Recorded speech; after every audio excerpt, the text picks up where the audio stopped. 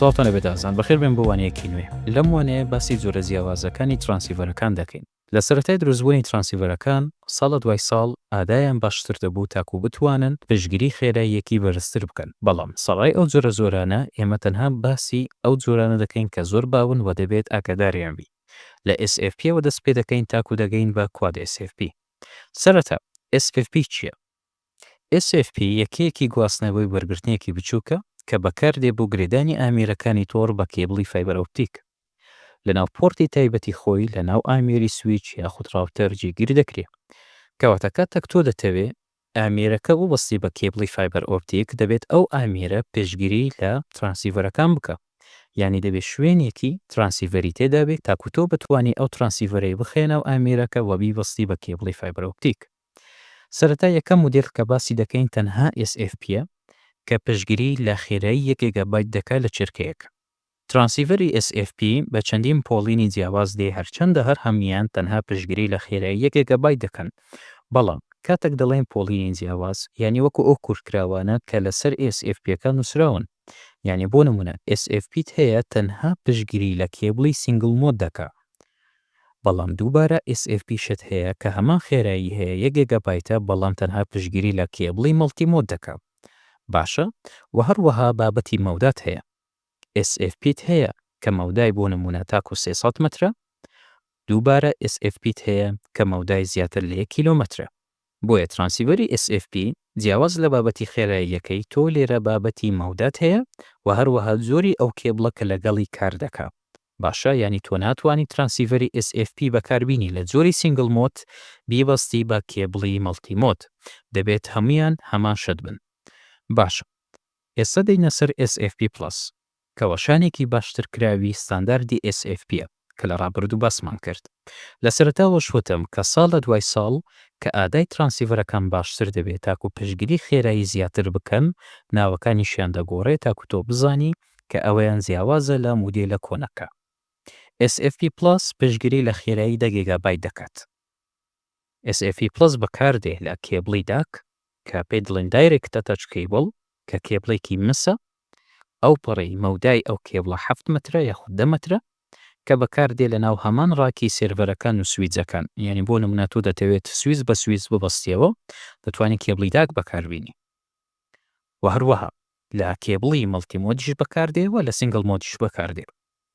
دووبارە بابەتی SFP-ەکان SFP+ دووبارە ئەویش بە هەمان پۆڵینی جیاواز دێ. سەبارەت بە مەودایەکەی کە پشتگیری چەند مەودا دەکە. ئێستا دێنە سەر SFP28 ترانسیڤەرێکە کە وەشانێکی باشترکراوی ستانداردی SFP+ە کە SFP+ پشتگیری خێرایی 1 گیگابایتی دەکرد بەڵام 28 پشتگیری لە خێرایی 28 گیگا دەکات. زۆرێکی دیکە لە بابەتی ترانسیڤەرەکان ئەویش کواد SFP-ە کە جیاوازە لە SFP.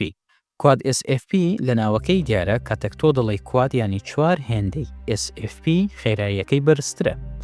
یعنی کاتێک تۆ مودێلی کواد SFP+ت هەیە گوتمان SFP+ پشتگیری خێرایی 2 گیگابایت دەکات. بەڵام کواد SFP ینی 4 هێندەی SFP+ کە دەکاتە 40 گیگا بە کۆی گشتی و هەروەها 4 کەناڵی داتای تێدایە بۆ ناردن و وەرگرتن.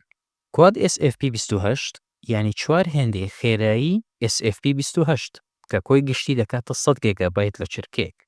تا کۆتایی ئەوەشیان وێنەی کواد SFP بەرامبەر بە SFP وەک دەبینن قەبارەکەی گەورەترە زۆر لە SFP ستاندارد و هەروەها پشتگیری خێرایی زۆر بەرزتر دەکات. کەواتە بە شێوازێکی گشتی ترانسیڤەری SFP ستاندارد پشتگیری لە 1 گیگابایت دەکات بەڵام ترانسیڤەری SFP+ پشتگیری لە 2 گیگابایت دەکات و هەروەها کواد SFP+ یعنی 4 جاران لە SFP+ خێراییەکەی بەرزترە شوێنی 4 کەناڵی گواستنەوە وەرگرتنی داتای تێدایە. ئێستا بە سێ و خاڵە گرنگانە دەکەین کە دەبێت تۆ ئاگاداریان بی پێش کڕینی هەر ترانسیڤەرێک.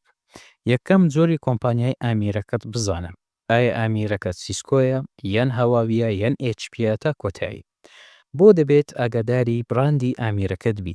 چونکە هەندێک ئامێر هەیە لە ئامێری سویچ یاخود ڕاوتەر یان ئامێرەکانی دیکە لەگەڵ هەموو جۆرە ترانسیڤەرێک کار ناکەن. یعنی ڕاستە شوێنی پۆرتی SFP هەیە بەڵام دەبێت ئەو SFP ئەو ترانسیڤەرە مۆدیۆڵە دەبێت لە هەمان بڕاند بێت تاکو کار بکە.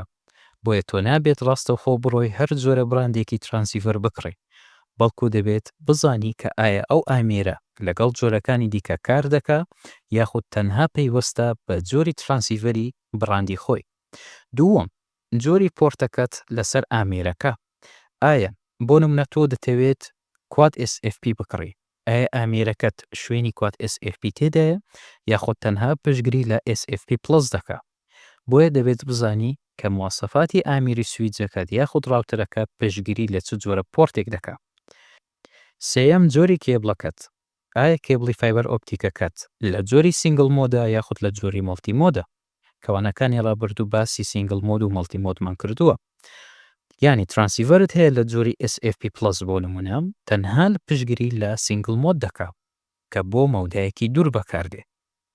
بەڵام لە هەمان کاتدا دووبارە ترانسیڤەری SFPت هەیە کە تایبەت دروست کراوە بۆ کێبڵی مەڵتی مۆد. چوارەم، خێرایی گواستنەوەی پێویست.